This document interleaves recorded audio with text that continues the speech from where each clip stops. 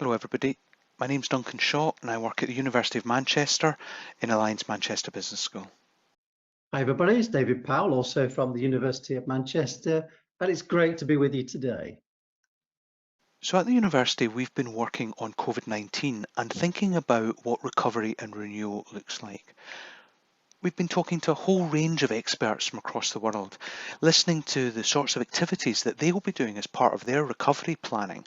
And we've been bringing these lessons together, and we're going to be sharing with you today some of our thoughts around what planning recovery and renewal looks like. So the experts have been telling us about the sorts of actions that they're wanting to implement in their cities to recover and renew from COVID-19. On this slide, we've organised the highlights around GRCN's organising framework. And the experts were telling us that they wanted to tackle some of the crippling health inequalities that they can see in their cities, in their country. They wanted to create an economic stimulus that created jobs, that began to rebuild the economy and society of their places. We also heard about the sorts of activities that they want to put in around infrastructure and environment, about creating green infrastructure, about prioritising sustainability, and also around leadership and strategy. And there were some actions around how do we create that sort of governance system that is fair for all. So we're going to share with you some thoughts that we've had around the basics of COVID-19 and around steps of the toolkit that we've been developing at the university. Thanks, Duncan. So let's just talk about why recovery from COVID is proving to be so different from other large-scale emergencies that we've all experienced. There's a lot of information on the slide, so I'm going to give you a few seconds to scan through the various boxes, but then draw your attention to a couple which we think are universal. So the first one really to share with you would be the sheer scale and the pace of the COVID outbreak has just been breathtaking, and the consequences for the whole of society have been overwhelming in some places. Certainly it's reached out into every aspect of the way we live our lives globally, not just here in the UK. And I think significantly, it's the one crisis that has finally brought the concept of vulnerability to everybody's doorstep. So we've all learnt to live with and try to cope with the threat that is COVID-19. And why, what are we learning as we're beginning to live with COVID and understand its impacts on us as people, as societies, as businesses, economies? We're having to deal at the same time as responding to the outbreaks, the pandemic of COVID. We're having to learn how to also plan for concurrent events. So, outbreak control plans in cities, in localities, in premises, dealing with a potential second future wave, and those ongoing long logistical challenges we're facing across the globe. So be it PPE, personal protective equipment, or indeed just trying to generate and produce enough vaccine to ensure that we're safe from COVID into the future. But also, as we're beginning to understand some of the effects of COVID, we are beginning to see some hidden, some unmet needs, and indeed some emerging new needs that were not so transparent before, as we understand how people who've been isolated or indeed have suffered from COVID begin to experience long-term impacts, or indeed people who are very vulnerable in society who have become equally or more so as a result of the pandemic.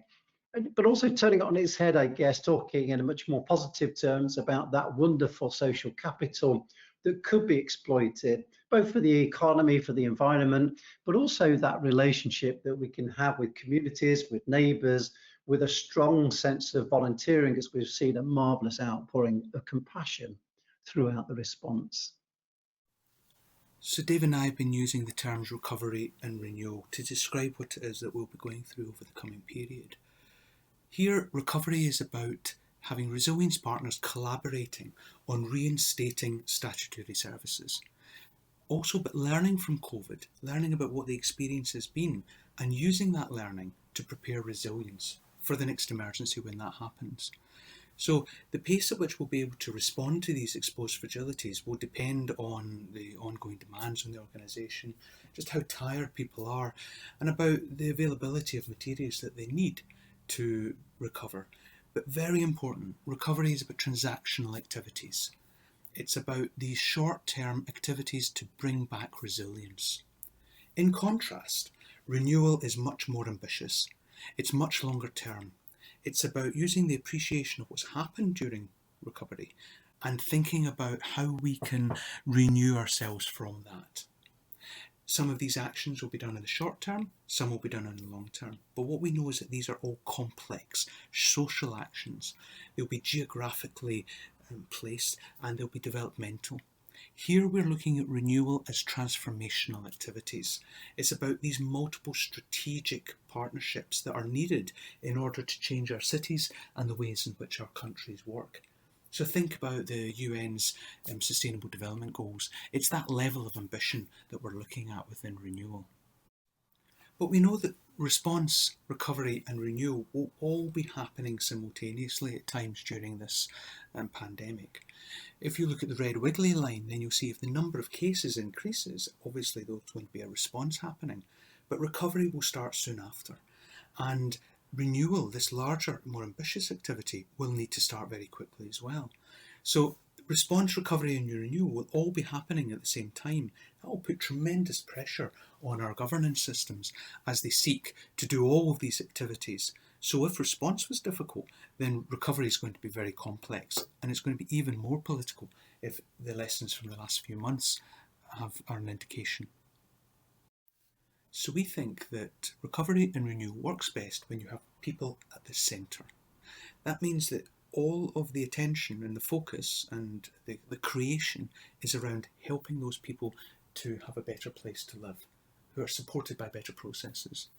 So it's making sure that the infrastructure that is in the place can help the people, making sure that the processes that are there to provide healthcare, to help the economy to recover, is all focused again on the people. We recognise that there are power, and some organisations have been very good at leveraging that power during response, but recognising that during recovery and renewal, power will really come into play again, and politics will be part of that. But there are also important strategic partnerships that need to be there that will allow the activities that you want to achieve and you want to implement to allow them really to flourish, because you're going to need some support. So wider partnerships, strategic partnerships to address the needs that the people have.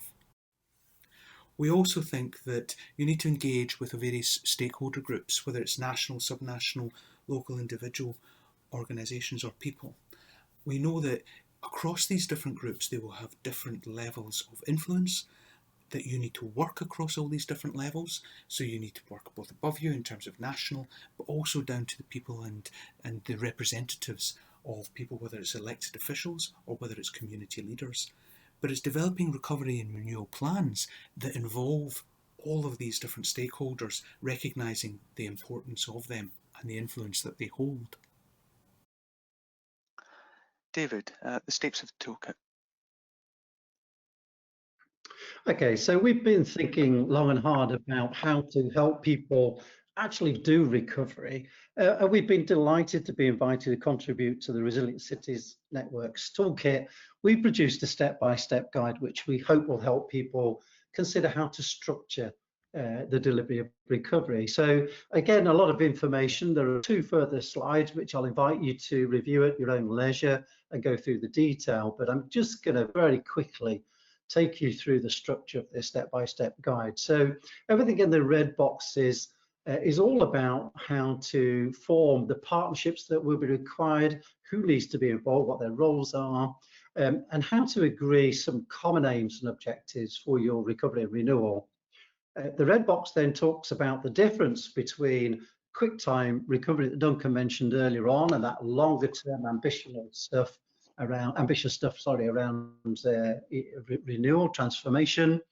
The blue boxes are very much about who needs to be engaged in this work from a community perspective, from a political engagement perspective, but also how you might go about assessing the effects, impacts and opportunities that arise from COVID.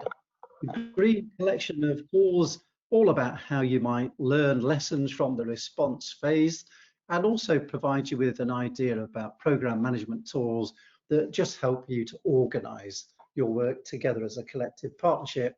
And then finally, in the yellow box, we talk about how to use the information that you've gathered through the impact assessments and your debrief, your learning, in order to refine the strategic aims and your objectives going forward into the future as we learn to live with COVID. So to repeat, the next two slides are going to give you an awful lot more detail, but rather than spend valuable time now talking through, I just invite you to take a little bit of time afterwards to review the slides, which will be shared with you.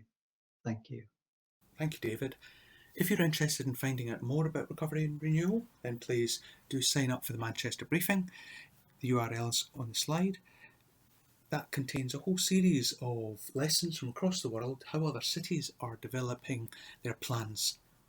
There's also a video available that talks you through the planning process and how you might want to develop these strategic partnerships for recovery and renewal. So thank you very much for listening.